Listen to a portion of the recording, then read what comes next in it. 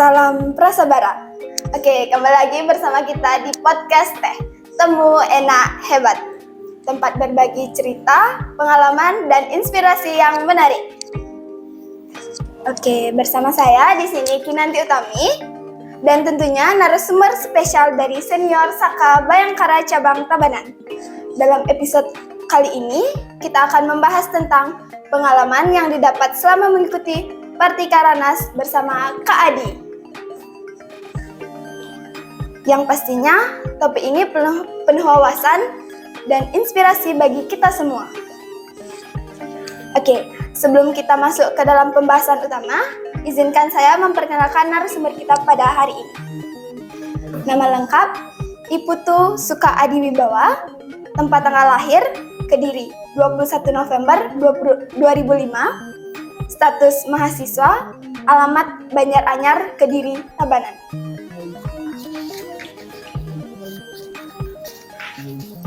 Oke, baik, sebelumnya saya ucapkan terima kasih kepada Kak Adi karena telah hadir pada podcast kali ini. Saya senang sekali rasanya bisa bertemu dengan kakak hari ini. Oke, sebelumnya bagaimana nih kabar kakak, Kak? Astungkara untuk hari ini, ya baiklah. Astungkara ya. Astungkara baik. Oke, kami di sini sangat antusias mendengar pengalaman dan pandangan kakak seputaran pengalaman mengikuti Partikaranas. Baik. Mungkin sebagai pembuka, kakak bisa bercerita sedikit mengenai perjalanan singkat kakak di Pramuka, Kak. Pramuka. Oke, izin. Jadi pengalaman kakak di Pramuka itu dimulai sejak kakak duduk di kelas 3 SD waktu itu. Wah, dari SD udah ikut Pramuka, Kak, ya? SD. Kegiatan pertama kakak di SD waktu itu adalah Indonesia Scout Challenge, ISC waktu itu. Terus karena sudah mulai tertarik nih lagi sama Pramuka, akhirnya dilanjut sampai SMP. Di SMP kakak juga mengikuti ekstra Pramuka di Dewan Penggalang. Kakak di sana menjadi pratama. Selanjutnya lanjut lagi ke SMA. Kakak masuk ke Dewan Ambalan. Namun sebelum ke Dewan Ambalan, kakak masuk ke Saka Bayangkara ini. Jadi kakak di Saka Bayangkara waktu itu angkatan ke-39. Kakak masuk itu di masa peralihan COVID waktu itu. Kegiatannya masih online dan offline waktu itu. Seperti itu deh. Oke, baik. Terima kasih ya, Kak, ya. Yeah. Oke, di sini adik bakalan ngasih kakak beberapa pertanyaan. Yang pertama itu, apa sih yang membuat kakak tertarik untuk mengikuti Partikaranas ini?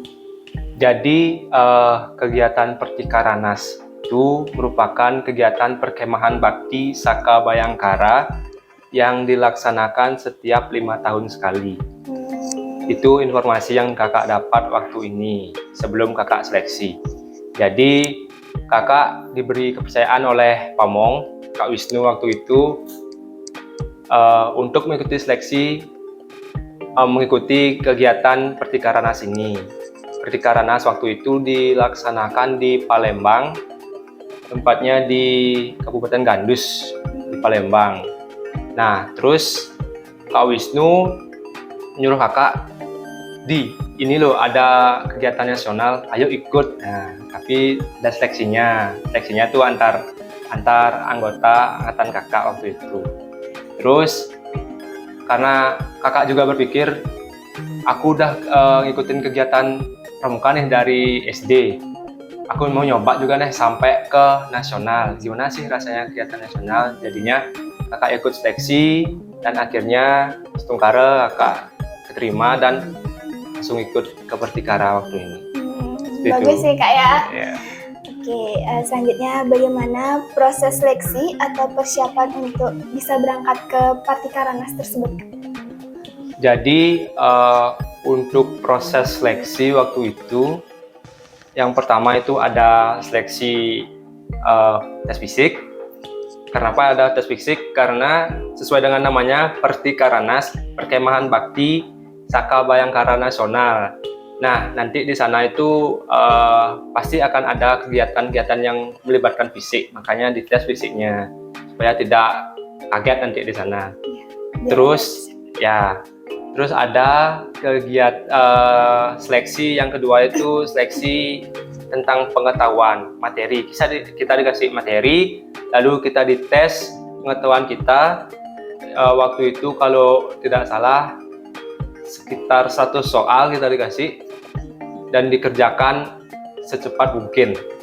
Namanya juga Ya, 1 soal waktu itu. Tapi soalnya tentang pengetahuan umum, tentang pramuka sama tentang kepolisian. Selanjutnya ada juga kalau udah 2 ini udah selesai, lanjut ke tes wawancara. Di wawancara kita diberi pertanyaan seberapa siap kita untuk mengikuti kegiatan pertikaranas ini. Terus yakin nggak apakah kamu memiliki kekurangan atau penyakit apa namanya? Bawaan. Penyakit bawaan. Nah, kayak gitu. Jadi itu untuk proses seleksinya. Setelah seleksi itu selesai, diumumkan, lalu baru memproses administrasi, surat menyurat, mulai dari surat rekomendasi ke cabang, habis itu di sekolah juga surat izin di sekolah sama di Kuaran, terus nanti terakhir di Polres. Semuanya itu dibantu oleh Pamong juga, kita nggak sendiri, dibantu oleh Pamong, dibantu oleh kepolisian juga ini dari KBU seperti itu. Oke, baik. Selanjutnya, bagaimana kesan pertama kakak saat tiba di lokasi pertikaranas tersebut, Kak? Oke, untuk kesan pertama, jadi kakak perjalanan dari Bali waktu itu 3 hari 2 malam. Kakak sebelum berangkat, kakak dapat TC training center di Polda selama 2 hari. Nah, setelah itu kakak langsung berangkat dari Polda menuju ke Palembang. Itu 3 hari 2 malam. Kita dapat makan itu 2 kali setiap harinya. Makan 2 kali, rest area 3 kali. Pokoknya kita tidur tuh di bus ya, full kita di bus tidur. Dan kita nyebrangnya 2 kali. Nyebrangnya 2 kali ya? Ya, kita nyebrangnya dari Gilimanuk ke Tapang, dari Pulau Bali ke Pulau Jawa, terus dari Pulau Jawa ke Pulau Sumatera. Oke. Terus Kak lanjut ya, untuk kesan yang baru pertama kali sampai sana itu. Yang lain sudah mendiriin tenda karena jarak juga mungkin dari provinsi lain. Dari waktu itu masih 34 provinsi. Ada yang duluan datang gitu. Ada yang H-3, H-2. Kebetulan Bali waktu itu H-1 datangnya. H-1. Sampai sana kita langsung buat tenda. Kita ke Kempi buat tenda. Setelah tenda itu berdiri, ternyata itu hujan. Nah, hujan. Karena situasi tanahnya di sana tanah gambut seperti di sawah, ketika kena air pasti dia akan becek banget. Akhirnya tenda kita turun agak jebol, alasnya itu seperti cekungan dia. Jadi kita tidak bisa untuk menempatinya, dan akhirnya untuk barang-barang sama beberapa orang dievakuasi ke aula. Ada aula untuk menampung yang peserta-peserta yang tendanya hancur-hancur tuh ada. Terus untuk tendanya gimana tuh, Kak? Tendanya gitu aja? Tendanya ada yang jaga. Kebetulan waktu itu kakak yang jaga di sana. Jadinya kakak tidur sama air waktu itu. Nggak dingin, Kak? Itu kan? Dingin. Itulah kesan dari ikut pertikaranas. Walaupun seperti itu kita dapat pelajaran dari sana. Terus besoknya kita semua dikumpulkan di aula. Akhirnya kita berkoordinasi lagi sama panitia di sana, diberi izin untuk memindahkan tenda. Jadi kita bongkar tenda lagi, habis itu dipasang lagi. Dipasangnya di tempat yang lebih aman lah, lebih datar dan lebih tinggi, dan juga di bawahnya nggak tanah lagi, beton gitu. Oke. Seru banget sih, Kak ya, itu, Kak ya. Ya, seru sih kalau dibayang-bayangin. Iya. Selanjutnya, kegiatan apa yang paling menarik atau paling kakak tunggu-tunggu di kegiatan pertikaran nas tersebut, Kak? Jadi waktu pertikaran nas itu ada banyak kegiatan sebenarnya, Dik. Mulai dari pembukaan, kegiatan inti, habis itu ada konser juga. Seru sih itu ya, Kak, Iya, ya, ada konser. konsernya. Habis itu ada kegiatan penutupan. Tapi untuk kegiatan yang paling berkesan itu kakak tunggu-tunggu adalah kegiatan konser. Ya, Konser. karena mengundang artis-artis kan, kita konser di sana gitu. Kapan sih konser gratis gitu ya? Iya sih ya, Kak, ya. Kak boleh tahu itu artisnya ada berapa, Kak? Kalau nggak salah 3 dulu. Tapi Lumayan kakak juga ya, ya. tapi itu udah lupa ya siapa Siapa aja? namanya. Terus yang kedua ada kegiatan yang paling berkesan selanjutnya adalah pembukaan. Pembukaan di sana ada pembukaan secara seremonial dan juga secara adat. Kakak waktu itu kebetulan diberi kepercayaan untuk menjadi perwakilan dari Provinsi Bali, Warga Bali, untuk menjadi peserta upacara adat kebinekaan namanya. Adat kebinekaan. Ya, waktu itu kakak berdua sama teman kakak yang cewek lagi satu pakai pakaian adat Bali, mewakili Bali untuk pembukaannya. Terus, namun ada yang membuat kakak kurang berkesan tuh di sana tuh, yang sepantasnya Kapolri yang langsung buka, namun karena berbenturan dengan G20 yang ada di Bali, akhirnya pihak sana langsung yang membukanya di situ. Apa sih, Kak, ya? Ya, yang penting ya seru lah. Iya. Oke, selanjutnya, apakah ada momen berkesan atau pengalaman yang tidak terlupakan selama kegiatan tersebut, Kak?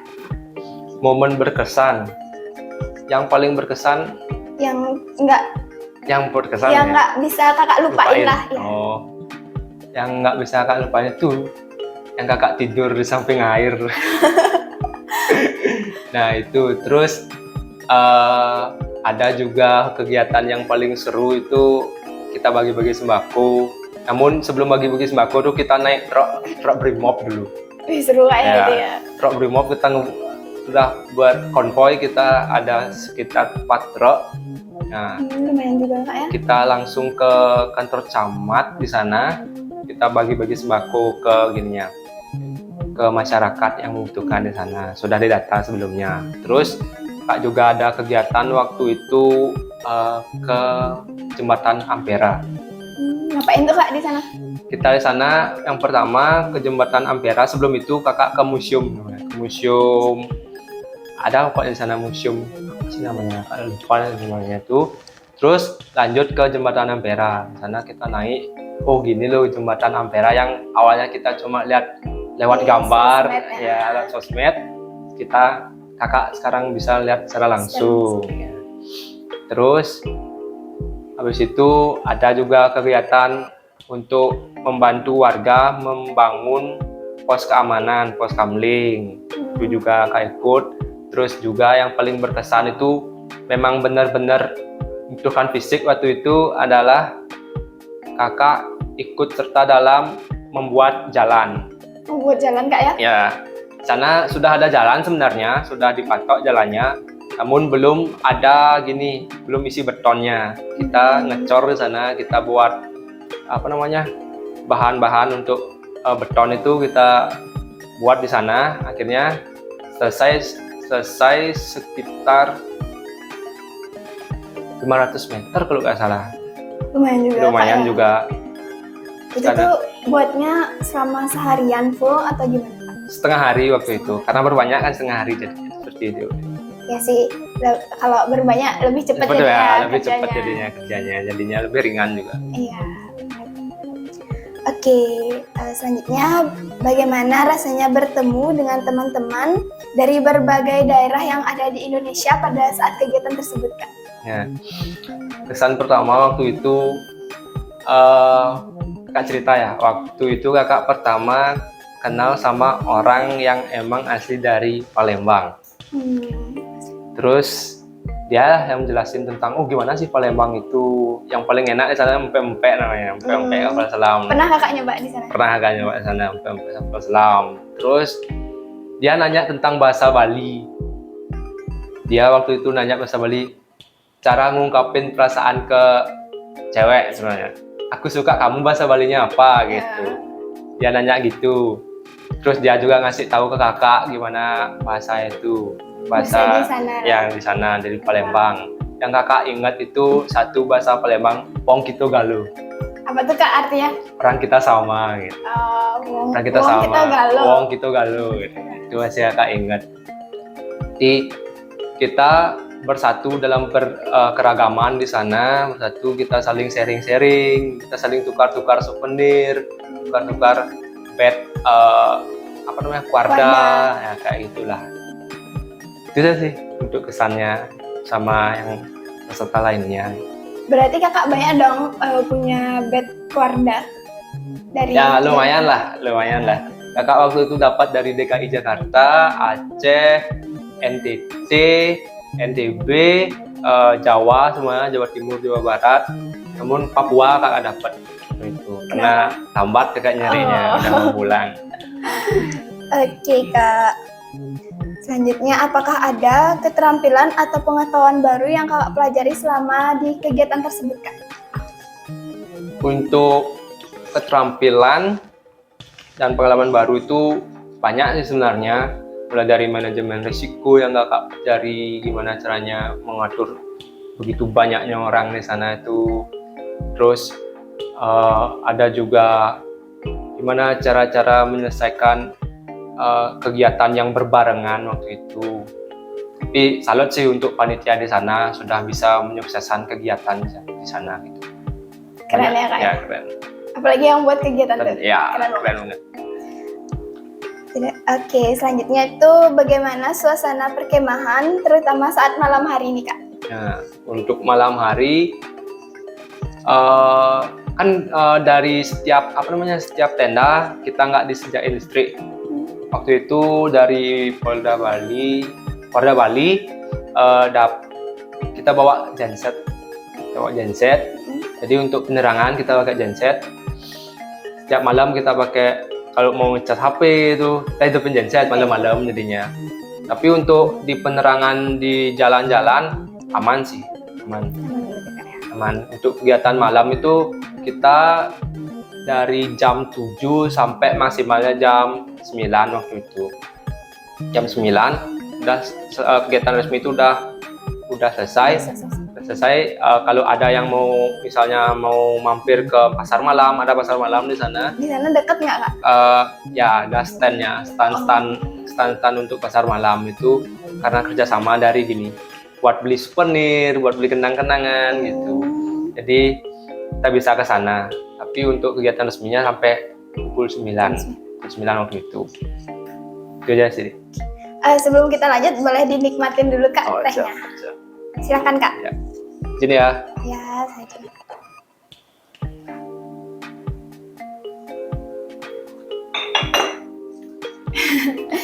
Oke, lanjut Kak ya. Iya. Apakah ada tantangan yang kakak hadapi selama kegiatan? Jika ada, bagaimana cara kakak untuk mengatasinya? Untuk sejauh ini tantangan waktu itu tuh ya cuma ada di air aja. Waktu kita mandi itu kan tantangannya itu di air aja semuanya sebenarnya. Sulit ya airnya di sana? Ya, sulit airnya di sana karena berbanyak kita di sana. Jadi yang harus kita lakuin dulu, kita harus nampung air. Nah, terus selain itu kita juga manajemen waktu untuk mengatur kegiatan. Kita kan di sana itu ada dua kelompok. Satu kelompok itu ber-8. Jadi nanti di sana dibagi tuh, orang pertama sampai orang ke-8 itu dibagi dan kegiatannya beda-beda gitu. Terus nanti ada yang harus jadi penjaga tendanya 2 orang. Yang kurve. Ya, yang kurve, yang 2 orang itu harus ada jaga tenda supaya barang-barang kita aman. Itu aja sih. Atur itu yang perlu koordinasi lagi gitu. Oke Kak. Selanjutnya, menurut kakak apa perbedaan paling mencolok antara perkemahan ini dengan kegiatan yang lainnya yang pernah kakak ikuti?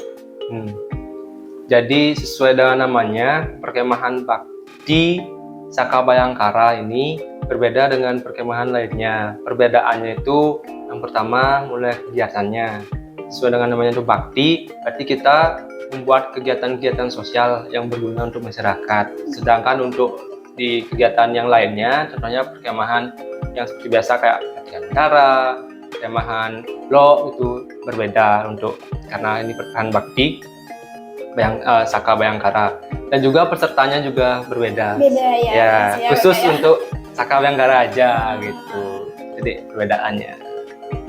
Itu juga di sana juga kita bisa sharing-sharing gimana keadaan Saka di sana, gimana gitu ya. Gimana keadaan Saka kita di Bali, apa perbedaan Saka di Bali sama di sana, gimana kegiatannya. Iya. Oke Kak. Selanjutnya, apa nilai atau pelajaran hidup yang paling berharga yang kakak dapat di kegiatan tersebut, Kak? Pelajaran hidup, pelajaran hidup yang kakak pelajari itu gini,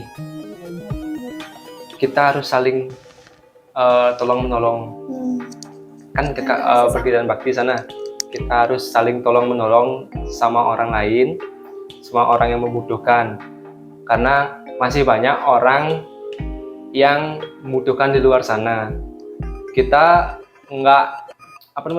kita harus bisa melihat orang ke bawah, jangan melihat orang ke atas saja, dan kita juga jangan merasa berada di atas saja gitu. Iya, benar banget sih Kak itu. Kita harus saling menolong. Dan juga yang paling penting itu bersyukur. Bersyukur. Itu penting banget sih Kak. Ya, waktu itu yang paling kakak pelajari di sana, bersyukur. Bersyukur masih bisa diberi kesempatan untuk ikut kegiatan. Terus itu kan ada juga hujan tuh, masih bersyukur masih dikasih tempat untuk pindah gitu. Walaupun gak seberapa, intinya kita bisa tidur di sana. Bisa berteduh. Ya, bisa berteduh. Selanjutnya, apa pesan atau motivasi yang ingin kakak sampaikan untuk adik-adik pramuka yang ingin ikut kegiatan Partikaranas di masa depan, Kak? Baik, pesan untuk dari kakak itu sedikit aja untuk adik-adik yang sekiranya berminat untuk mengikuti kegiatan Partikaranas nanti yang akan datang. Silakan persiapkan diri kalian, mulai dari fisik kalian biar nanti di sana nggak kenapa-napa, terus materi kalian tentang kepramukaan juga biar nggak kosong nanti di sana. Kalau ditanya tentang pramuka bisa jawab. Terus untuk administrasi nanti akan ada, seiring berjalannya waktu untuk kegiatan itu akan ada bersama Pamong nanti berkoordinasi. Terus pokoknya tetap semangat. Selain kegiatan Partikaranas ini masih banyak kegiatan-kegiatan lain yang nasional kayak Ransaka yang akan datang dan juga Raimuna nanti yang akan datang. Jadi itu pesan kakak itu, pokoknya terus semangat, jangan nyerah, jangan pesimis baru nggak dipilih nanti gitu. Iya, Pokoknya pasti ada, setiap orang tuh pasti punya jalannya masing-masing, setiap orang masih punya kesempatannya masing-masing. Nanti pasti kita dapatlah kesempatan walaupun nggak di sana, mungkin di kegiatan yang lain. Ya, setiap kegiatan pasti ada momennya masing-masing. Iya, benar banget Kak. Makasih banyak Kak Edi. Ini ada lagi satu pertanyaan. Ada lagi? Ada lagi satu nih Kak. Kalau bisa mendeskripsikan Partikaranas dalam satu kata atau satu kalimat, apa yang akan kakak katakan? Satu kata. Partikaranas. Satu kata untuk Partikaranas 2022 waktu ini. Ayo kita bisa. Oke, keren banget Kak. Ayo kita bisa. Ayo kita bisa. Ayo kita bisa. Mulai dari kita bisa berubah karena waktu itu kan COVID, masa-masa COVID, peralihan COVID, kita bisa berubah, beralih ke tatanan hidup yang baru, kita bisa berubah menjadi lebih baik lagi, seperti itu. Ayo, kita bisa. Ayo, kita bisa. Oke.